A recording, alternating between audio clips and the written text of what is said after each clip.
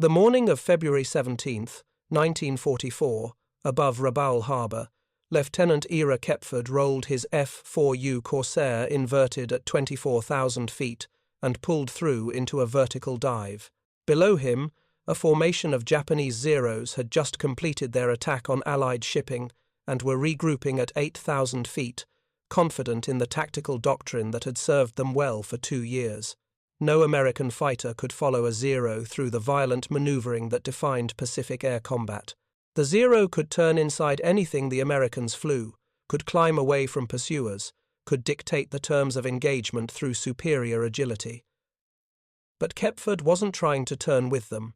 He wasn't trying to climb after them. He was doing something that Japanese pilots had been taught was impossible for American fighters. He was diving straight down at a speed approaching 450 miles per hour, and he had no intention of pulling out until he was directly behind his target. The Corsair's airframe began to shudder as it accelerated through 400 miles per hour.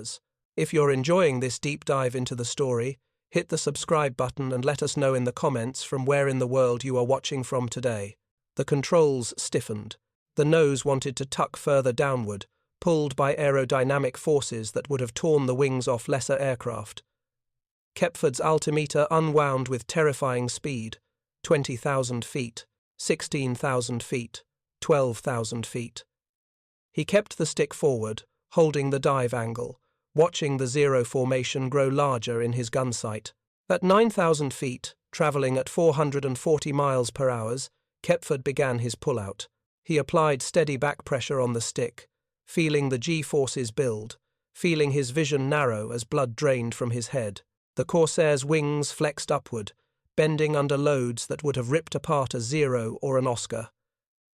The airframe groaned but held. The pullout arc was smooth, controlled, bringing Kepford level at 7,500 feet, directly astern of a Zero that had no idea he was there. He fired a 2-second burst. The Zero disintegrated. Kepford pulled up into a climb, converting his excess speed into altitude, and found himself 2,000 feet above the remaining Japanese fighters before they could react. He rolled over and dove again. By the time the engagement ended, Kepford had claimed 3 confirmed kills, using the same tactic 3 times. Vertical dive, high-speed approach, pull out directly behind the target, fire, climb away using speed the enemy couldn't match. The Japanese pilots who survived filed reports describing a new American fighter that could dive at impossible speeds and pull out without breaking apart. They weren't wrong about it being new, but they were wrong about why. The F4U Corsair had been in service for over a year. What had changed wasn't the aircraft, it was what pilots had learned to do with it. The story of how American naval aviators transformed the Corsair from a troubled, carrier-unsuitable fighter into the most feared aircraft in the Pacific begins not with brilliant engineering or tactical innovation, but with a series of deaths that nearly ended the program entirely. In the spring of 1943, the Navy was losing Corsair pilots at an alarming rate, and the cause wasn't enemy action. It was the aircraft itself, or more precisely, what happened when pilots tried to land it on carrier decks. The F4U had been designed around a single, uncompromising requirement. It needed to be the fastest fighter in the world. Chance Vaught's engineering team, led by Rex Beisel, built the entire aircraft around the most powerful engine available, the Pratt & Whitney R2800 Double Wasp, producing 2,000 horsepower. To handle that massive engine, they needed the largest propeller that could be fitted to a fighter aircraft. 13/5, 4 inches in diameter. 3 blades, each one massive enough to generate the thrust needed to push a 12,000-pound aircraft past 400 miles per hour. But that enormous propeller created an immediate problem. Mount it in the normal position, directly in front of the engine, and the blade tips would strike the ground during takeoff and landing. The landing gear would have to be impossibly long to provide adequate clearance. Long landing gear meant heavy landing gear, which meant reduced performance. Beisel's solution was elegant in theory. Instead of mounting the engine parallel to the fuselage, he tilted it upward slightly and bent the wings. The famous inverted gull-wing design that made the Corsair instantly recognizable wasn't an aesthetic choice. It was engineering necessity. The bend in the wings allowed the landing gear to be relatively short while still providing propeller clearance. The design worked brilliantly for straight-line speed. In level flight, the Corsair was indeed the fastest fighter in the world, capable of exceeding 415 miles per hour at altitude. But that bent wing, that enormous engine, that long nose, all combined to create a landing characteristics nightmare. From the pilot's perspective during carrier approach, the long nose blocked forward visibility almost completely. Pilots couldn't see the carrier deck until the final seconds before touchdown. The inverted gull wing created lift distribution patterns that made the aircraft want to stall unpredictably. One wing would drop without warning during slow flight, snapping the aircraft into a spin that was nearly impossible to recover from at low altitude. The landing gear, while shorter than it would have been with straight wings, was still long enough to bounce dangerously during rough touchdowns. When one wheel touched before the other, the aircraft would skip sideways across the deck, often careening toward parked aircraft or over the side into the ocean. Between April and September 1943, the Navy lost 23 Corsair pilots to landing accidents, not in combat. During training, pilots would approach the carrier, lose sight of the deck behind the long nose, misjudge their altitude, and either hit the ramp at the stern or stall just above the deck and fall out of the sky. Some would bounce on touchdown, lose control, and go over the side. Others would catch a wing on the deck during the unpredictable stall behavior and cartwheel into barriers or other aircraft. Each investigation reached the same conclusion. The F4U Corsair was unsuitable for carrier operations. In October 1943, the Navy made its decision. Corsairs would be withdrawn from carrier squadrons and reassigned to land-based Marine Corps units in the South Pacific. The Marines, operating from newly captured island airfields with long runways and no need for carrier landings, would take the troubled fighter that the Navy couldn't safely operate from ships. It was supposed to be a compromise, a way to get some use out of an aircraft that had cost millions to develop but couldn't fulfill its primary mission. What nobody anticipated was that removing the carrier landing requirement would free pilots to discover what the Corsair could actually do when pushed to its limits. The first Marine Corsair squadron to reach the combat zone was VMF 124, commanded by Major William Giese, arriving at Henderson Field on Guadalcanal in February 1943. These pilots had been flying Wildcats, slow, stable, forgiving aircraft that were being systematically outperformed by Japanese Zeros in every category except durability. The Corsair represented a quantum leap in performance. It was 100 miles per hour faster than the Wildcat. It carried 6 50-caliber machine guns instead of 4. It could climb faster and dive faster than anything the Japanese flew. But it was also twitchy, unforgiving, and demanded respect. Marine pilots approached the Corsair with caution, spending weeks learning its handling characteristics before attempting combat missions. They discovered an aircraft that rewarded smoothness and punished aggression. The controls were heavy at high speeds, requiring significant physical strength to maneuver. The aircraft was stable in straight flight, but would snap into unusual attitudes if mishandled during high G turns. Several pilots damaged aircraft during training when they pulled too hard in turns and exceeded the airframe's design limits. But they also discovered something that would change Pacific air combat doctrine. The Corsair could dive like nothing else flying. In March 1943, during early combat patrols, Marine pilots began experimenting with vertical tactics. Japanese fighters had owned the Pacific sky since 1941 through superior turning performance. Zeros could outturn Wildcats, Airacobras, and early model Lightnings. Japanese pilots had developed a tactical doctrine built entirely around forcing American fighters into turning engagements where Japanese agility would dominate. But the Corsair changed the equation. Marine pilots quickly learned that trying to turn with Zeros was suicidal. The Corsair's bent wing and heavy weight made it inferior in sustained turns. But they also learned that the Corsair's massive engine and robust airframe made it superlative in straight-line speed and diving performance. pilots began using boom and zoom tactics: dive on the enemy from altitude, attack with speed advantage, zoom back to altitude before the enemy could react. Early results were mixed. Pilots would dive on Japanese formations, fire ineffectively because of the high closing speeds, then struggle to convert their dive speed back into altitude gain.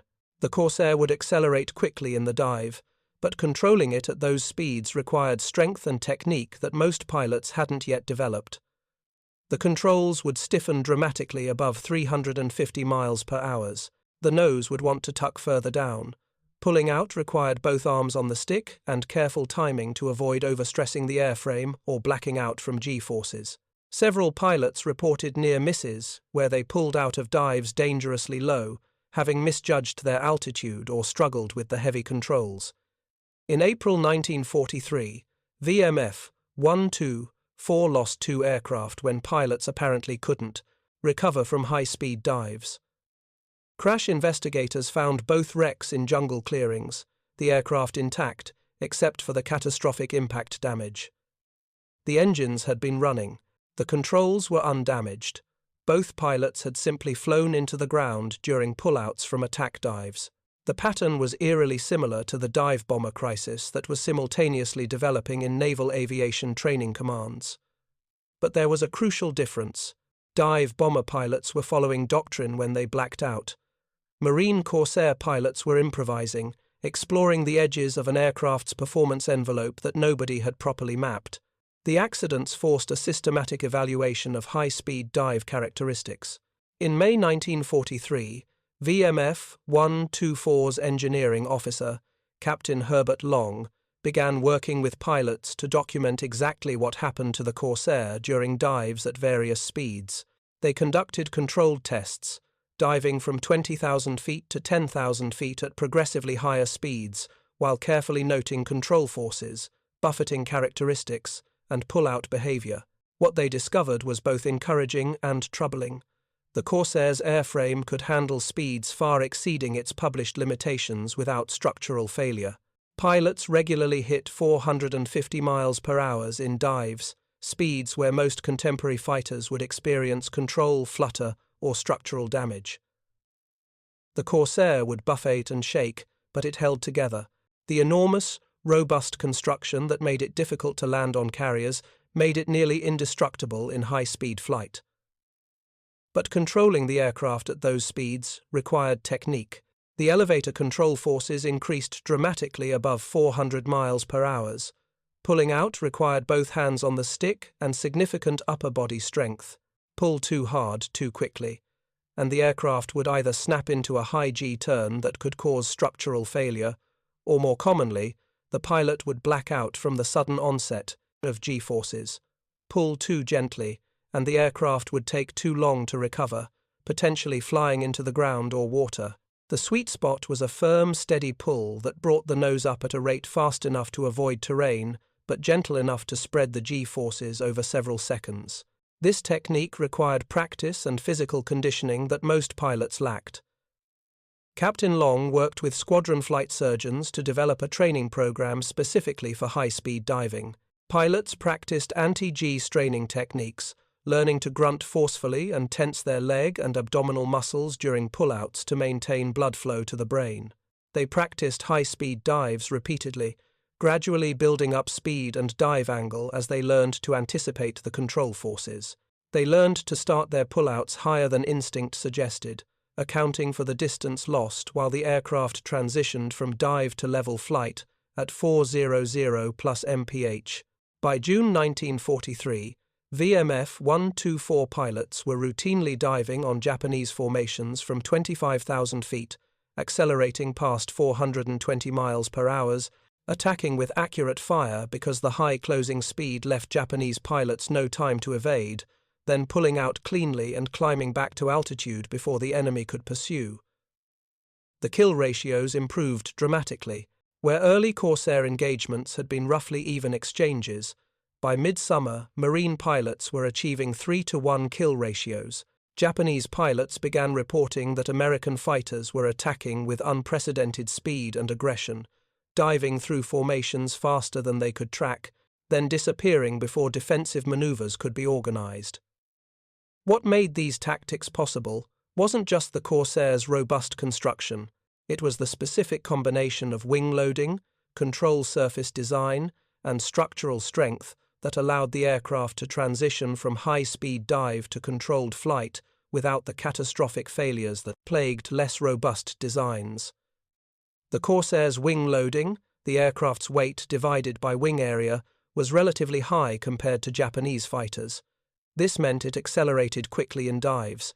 Once pointed down, the Corsair wanted to keep going down, building speed rapidly. But that same high wing loading meant it was stable at high speeds. The wings didn't flutter, the control surfaces didn't buzz. The aircraft tracked straight even at speeds where lighter fighters would become uncontrollable. The control surfaces themselves were surprisingly small relative to the aircraft's size. This made them heavy to move at high speeds, but it also meant they didn't over-respond. Pilots could make small inputs without the aircraft snapping into violent maneuvers. This controllability at high speeds was crucial for accurate gunnery during diving attacks. Japanese pilots flying Zeros or Oscars faced the opposite problem. Their aircraft were light, agile, maneuverable at low speeds, but in high-speed dives, they became dangerous. The lightly loaded wings would flutter and flex. Control surfaces would lock up or become mushy. Structural limits were reached at speeds the Corsair could sustain indefinitely. Several Japanese pilots who attempted to follow Corsairs into high-speed dives experienced structural failures, their aircraft literally breaking apart from the aerodynamic loads. By late 1943, Japanese tactical doctrine explicitly warned pilots not to follow American Corsairs into vertical dives. The Americans had discovered a dimension of combat where their technical advantages were decisive, and Japanese fighters simply couldn't compete. But turning this discovery into systematic doctrine required more than just successful combat. It required understanding exactly why the Corsair could do what it did, and teaching that understanding to new pilots arriving in theatre. The breakthrough in understanding came from an unexpected collaboration between combat, pilots and Navy Bureau of Aeronautics Engineers in August 1943. Commander James Flatley, who had been investigating dive bomber blackout incidents, travelled to the South Pacific to observe Marine Corsair operations. He brought with him instrumentation equipment, high-speed cameras, and accelerometers that could measure the exact forces acting on aircraft and pilots during combat maneuvers. VMF 124 volunteered several pilots for instrumented test flights. These pilots would execute combat-realistic diving attacks while wearing medical monitoring equipment and flying aircraft fitted with strain gauges and accelerometers. The data collected over 2 weeks of intensive testing revealed why the Corsair succeeded where other fighters failed. The key was in how the aircraft distributed aerodynamic loads during high-speed flight. When a fighter dives vertically, it experiences compressibility effects as it approaches transonic speeds. Air flowing over the wings can reach local supersonic velocities, even when the aircraft itself is traveling well below the speed of sound. This creates shock waves that can cause control surface flutter, wing buffeting, and in extreme cases, structural failure. The Corsair's wing design, that distinctive inverted gull configuration, delayed the onset of these compressibility effects.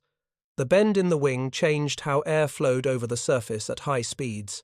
Wind tunnel testing at NACA Langley later confirmed that the Corsair's wing maintained attached airflow to higher speeds than conventional straight wings. This meant the control surfaces remained effective even as the aircraft approached 450 miles per hour, speeds where most 1943-era fighters experienced severe controllability problems. The wing's structural design was equally important. Chance Vought had built the Corsair's wings around a single, massive main spar that ran from wingtip to wingtip through the fuselage. This spar was machined from solid aluminum, billets, rather than being built up from multiple pieces. The resulting structure was heavier than necessary for normal flight operations, but it could withstand loads far exceeding standard design parameters. Engineers calculated that the Corsair's wings could handle sustained loads of 9 Gs before structural failure, compared to 6 or 7 Gs for most contemporary fighters. In practice, This meant pilots could pull aggressive recoveries from dives without worrying about tearing the wings off. The psychological impact was significant. Pilots who trusted their aircraft's structural integrity could push harder, dive steeper, pull out later. If you find this story engaging, please take a moment to subscribe and enable notifications. It helps us continue producing in-depth content like this. The instrumented testing also revealed why Corsair pilots weren't experiencing the same blackout crisis affecting dive bomber squadrons. The Corsair's high-speed dive profile generated different G-force patterns than dive bomber attacks. Dive bombers attacked from steep angles, typically 70 degrees, and pulled out sharply to minimize exposure to anti-aircraft fire. This created sudden, intense G-force spikes that could reach 7 Gs in under 2 seconds. Corsair pilots diving at shallower angles, typically 45 to 60 degrees, and executing more gradual pullouts, spread the same total G-load over longer periods. Peak forces rarely exceeded 5 Gs, and the gradual onset gave pilots time to implement anti-G straining techniques. The difference was crucial. Dive bomber pilots had perhaps 2 seconds between feeling G onset and losing consciousness. Corsair pilots had 4 to 5 seconds, enough time to recognize what was happening and respond. But there was another factor that the instrumented testing revealed. The Corsair's cockpit design, specifically the seat position and control stick placement, actually aided pilot G tolerance. The seat was reclined at a slight angle, reducing the vertical distance between the pilot's heart and brain. This meant blood didn't have to fight gravity as much during high G maneuvers. The control stick was positioned lower than in most fighters, requiring pilots to keep their arms bent and close to their bodies during pullouts. This arm position helped pilots maintain muscle tension more effectively, improving blood retention in the upper body. These design features had been incorporated for other reasons. The reclined seat to reduce the aircraft's frontal area and improve streamlining, the low stick position because of cockpit space constraints, but they contributed to G tolerance in ways the designers hadn't anticipated. By September 1943, the accumulated data allowed Commander Flatley and Major Guise to develop a comprehensive tactical manual specifically for high-speed Corsair operations. The manual didn't just describe what to do. It explained why it worked, giving pilots the knowledge they needed to make split-second decisions in combat. The doctrine emphasized altitude advantage above all else. Corsair pilots should always seek to begin engagements from at least 5,000 feet above enemy fighters. This altitude provided the potential energy needed for high-speed dives. The manual specified dive angles between 45 and 60 degrees for optimal results. Steeper dives built speed faster but made pullouts more difficult. Shallower dives were easier to recover from, but didn't generate enough speed advantage. The sweet spot was 50 to 55 degrees, steep enough to build energy quickly, but shallow enough to allow controlled recovery. Release altitude for pullout initiation was critical. The manual specified beginning recovery at 8,000 feet minimum when diving from 20,000 feet. This seemed conservative to aggressive pilots who wanted to press attacks closer, but the mathematics were unforgiving. At 430 miles per hour, the Corsair covered 630 feet per second. A 5-second pullout consumed over 3,000 feet of altitude. Beginning recovery at 8,000 feet meant leveling off around 5,000 feet with comfortable margin for error. The manual emphasized smooth control inputs during pullout. Pilots should apply firm, steady back pressure, not sharp yanks on the stick. The target was to build G-forces gradually to a peak of 4.5 to 5 Gs, then maintain that load until the aircraft reached level flight. This technique maximized controllability while minimizing blackout risk. Gunnery doctrine was revolutionary for 1943. Rather than trying to track targets through long bursts, the manual taught pilots to fire short bursts of 1 to 2 seconds during the brief moment when they were pointed directly at the target. At closing speeds exceeding 200 miles per hour, the engagement window was measured in fractions of a second. Long bursts wasted ammunition and reduced accuracy as the sight picture changed. Short, precise bursts put maximum rounds on target during the optimal moment. The doctrine also addressed what to do after the attack. Pilots should never try to turn or dogfight immediately after a diving attack. Instead, they should use their excess speed to climb back to altitude, regaining the energy advantage. If enemy fighters pursued, they would be climbing slowly while the Corsair climbed rapidly using speed accumulated in the dive. By the time both aircraft reached the same altitude, the Corsair would have more energy and could either engage from advantage or dive away again. This hit-and-run doctrine violated every fighter pilot's instinct. Pilots were trained to close with the enemy, to press the attack, to dogfight until one side or the other was defeated. The new doctrine required discipline to dive, attack briefly, then disengage and reset. It felt like running away, but the results proved its effectiveness. VMF 124 began operating under the new doctrine in October 1943. Within 2 weeks, the squadron's kill ratio jumped from 3-1 to better than 5-1. Other Marine Corsair squadrons quickly adopted the same tactics. By November, 4 Marine squadrons were operating Corsairs in the Solomons, all using vertical tactics, all achieving similar results. Japanese pilots were being systematically hunted by an enemy they couldn't catch, couldn't follow, and couldn't escape. The Japanese response revealed both the sophistication of their tactical thinking and the limitations imposed by their aircraft. Japanese Navy fighter units conducted their own analysis of Corsair tactics and developed countermeasures by December 1943. They instructed pilots to avoid operating below 20,000 feet where Corsairs could dive from above. They emphasized maintaining tight formations that made individual aircraft difficult to isolate. They practiced rapid climbs when Corsairs were spotted above, trying to reduce the altitude differential before attacks developed. Some Japanese units experimented with flying combat air patrols in layers, with half the formation at low altitude as bait and half at high altitude to bounce any Corsairs that dove on the lower group. These tactics worked occasionally, but they revealed a fundamental problem. The Zero and Oscar fighters that comprised the majority of Japanese fighter strength simply couldn't compete in vertical combat. When Japanese pilots tried to climb to match Corsair altitude, they exposed themselves during the climb. When they formed tight defensive formations, they sacrificed offensive capability. When they established layered patrols, they split their forces and made both groups vulnerable.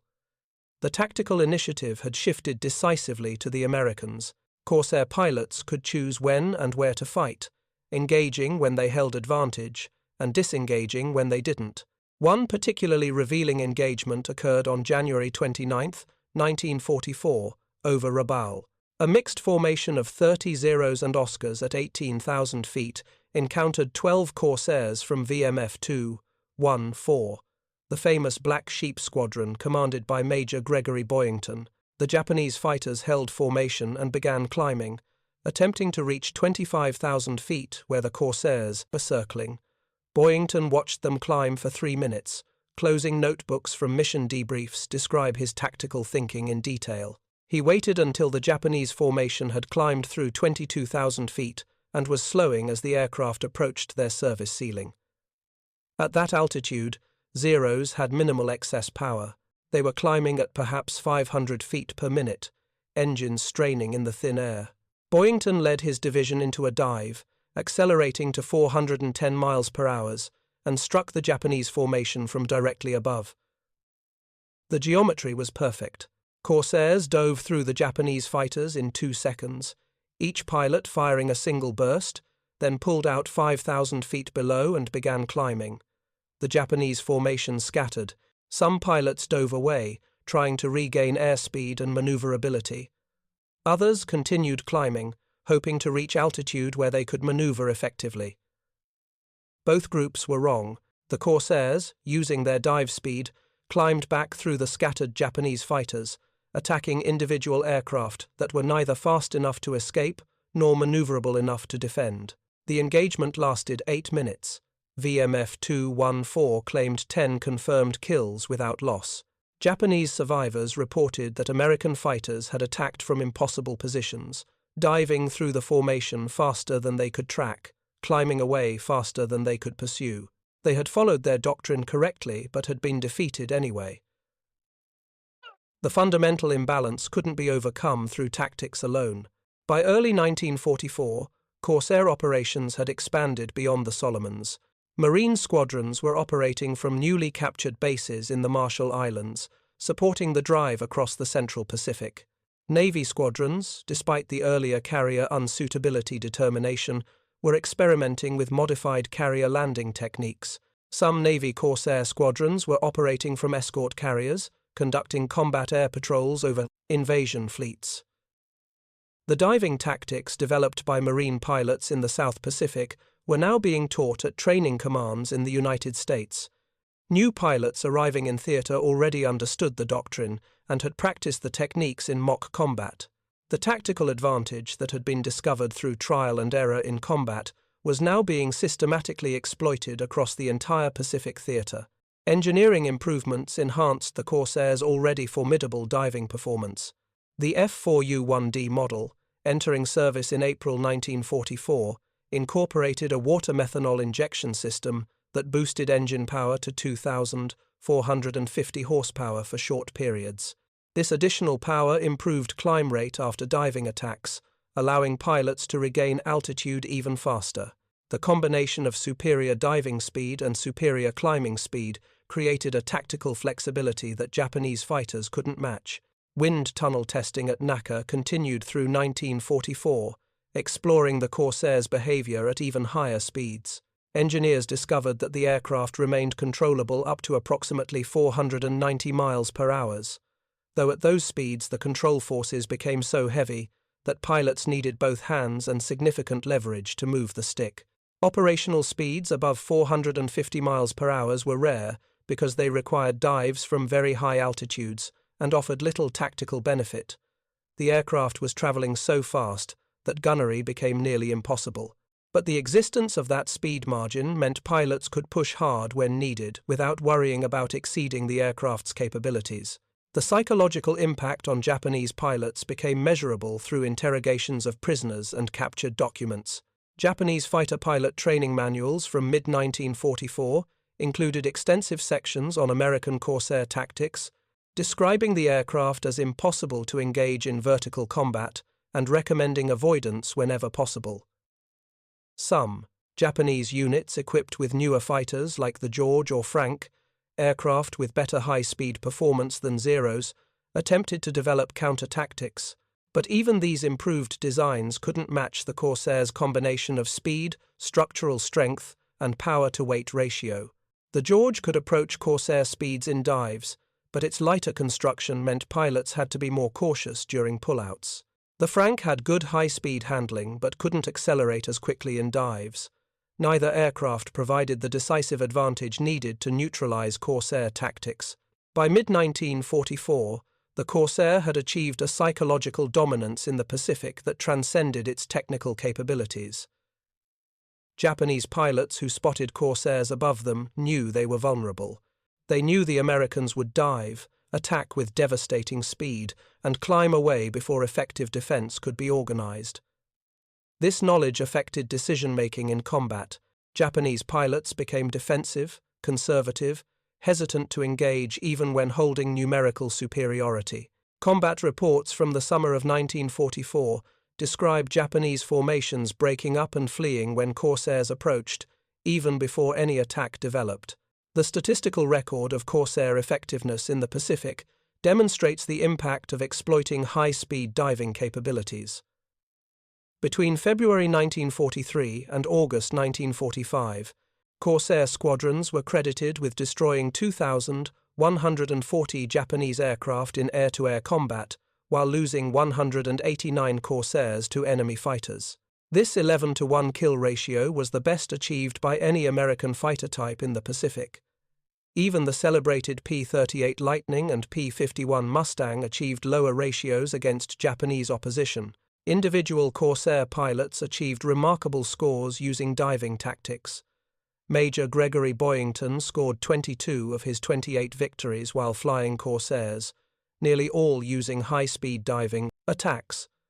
Captain Kenneth Walsh scored 21 victories in Corsairs, describing his technique in post-war interviews as diving from altitude, firing a burst, climbing away, repeat. Lieutenant Robert Hansen scored 25 victories in 17 days during January 1944, an average of 1.5 kills per mission, by perfecting the art of multiple diving attacks in single engagements. The Corsairs' structural strength, the engineering characteristic that made these tactics possible, was validated through combat damage analysis. Maintenance records from Marine squadrons show that Corsairs routinely returned from combat with battle damage that would have destroyed other aircraft.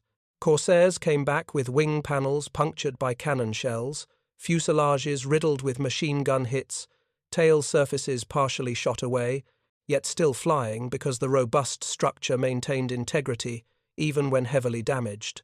One particularly remarkable incident from March 1945 involved a Corsair from VMF 323 that returned to base with over 200 bullet and shell holes scattered across the airframe.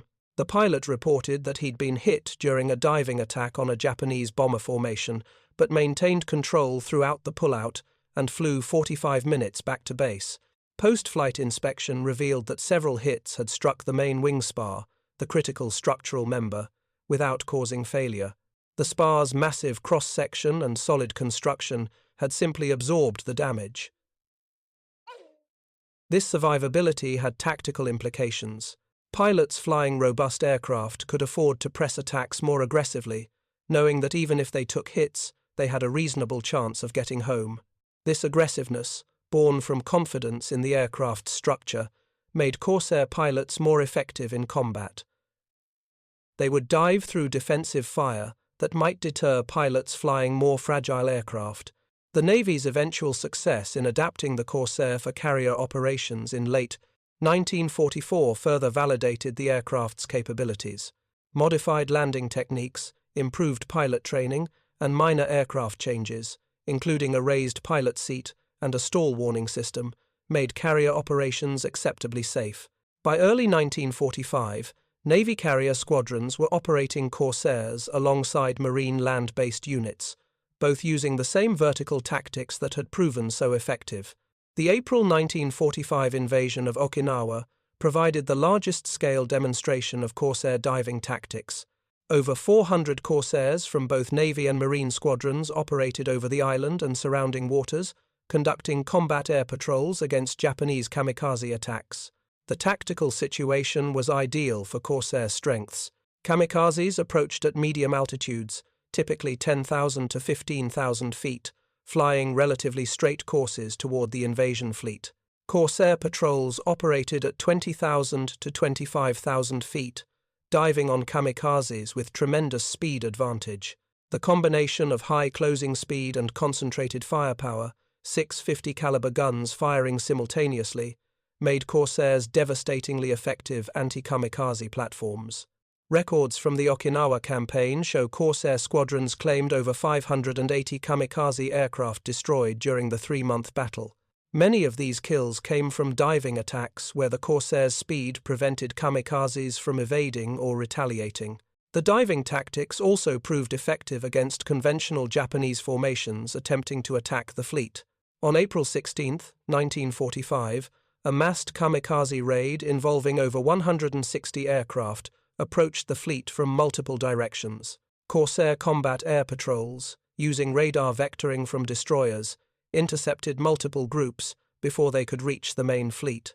Marine fighter director teams coordinated attacks where Corsairs would dive on Japanese formations, break them up, force them to scatter, then climb and repeat the process. The sustained diving attacks, repeated 3 and 4 times per engagement, prevented Japanese aircraft from organizing coordinated strikes. By the time surviving kamikazes reached the fleet, they were scattered, disorganized, and easy targets for ship-based anti-aircraft fire. The systematic exploitation of the Corsairs' diving capabilities had evolved from improvised combat tactic to integrated air defense doctrine in less than 2 years. The final statistics from the Pacific War demonstrate that the Corsairs' success wasn't merely the result of superior numbers or pilot skill, though both contributed. It was the result of matching aircraft capabilities to tactical doctrine in ways that exploited specific technical advantages. Japanese fighters were designed for turning combat at medium altitudes. The Zero was optimized for this combat style and excelled when fighting on those terms. But Corsair pilots refused to fight on Japanese terms. They imposed a different combat style, vertical attacks from altitude, that leveraged their aircraft's strengths against enemy weaknesses. This approach, diving at speeds approaching 450 miles per hour and pulling out with confidence in structural integrity, represented a fundamental shift in how fighter combat was conducted in the Pacific. The engineering that made it possible, the robust wing structure, the powerful engine, the effective high-speed controls, had been present in the aircraft from the beginning. What changed was understanding how to exploit those characteristics. Marine pilots operating from land bases, freed from carrier landing constraints, experimented until they found the tactics that worked. Engineers provided the data and analysis that explained why it worked. Training commands systematized the knowledge and taught it to new pilots. The result was an aircraft doctrine combination that dominated Pacific skies for the final 2 years of the war. Post-war analysis by both American and Japanese aviation experts concluded that the Corsair represented the most effective fighter doctrine integration of World War II. The Japanese particularly noted that American pilots had identified their fighters' weaknesses, superior turning performance, but inferior straight-line speed and climb rate, and developed tactics that avoided the former while exploiting the latter. This systematic approach to tactical development, identifying advantages and building doctrine around them, characterized American air power throughout the war. The Corsair's diving capabilities, discovered through combat experience, validated through engineering analysis, and exploited through systematic training, demonstrated that wars are won not by the best technology alone, but by the best integration of technology, tactics, and training. Japanese aircraft designers knew how to build strong airframes. Japanese pilots understood aerial combat. But the combination never matched what Americans achieved with the Corsair, not because Japanese technology was inferior, but because American forces were better at identifying what worked and scaling it across the entire force. The pilots who learned to push their Corsairs into near-vertical dives at speeds approaching 450 miles per hour, who trusted the airframe to hold together during violent pullouts, who climbed back to altitude and did it again, wrote the tactical manual that would influence jet fighter doctrine in wars to come. The fundamental insight that vertical energy management could overcome horizontal maneuverability advantages carried forward into Korea, Vietnam, and beyond. The Corsair's diving dominance, born from engineering robustness and pilot courage, represents one of those rare moments when technology and tactics aligned perfectly to create overwhelming advantage. Japanese pilots never expected American fighters to dive at such speeds and survive. By the time they understood what was happening, it was too late to develop effective countermeasures. The Corsair had already claimed the sky. Thank you for watching. For more detailed historical breakdowns, check out the other videos on your screen now, and don't forget to subscribe.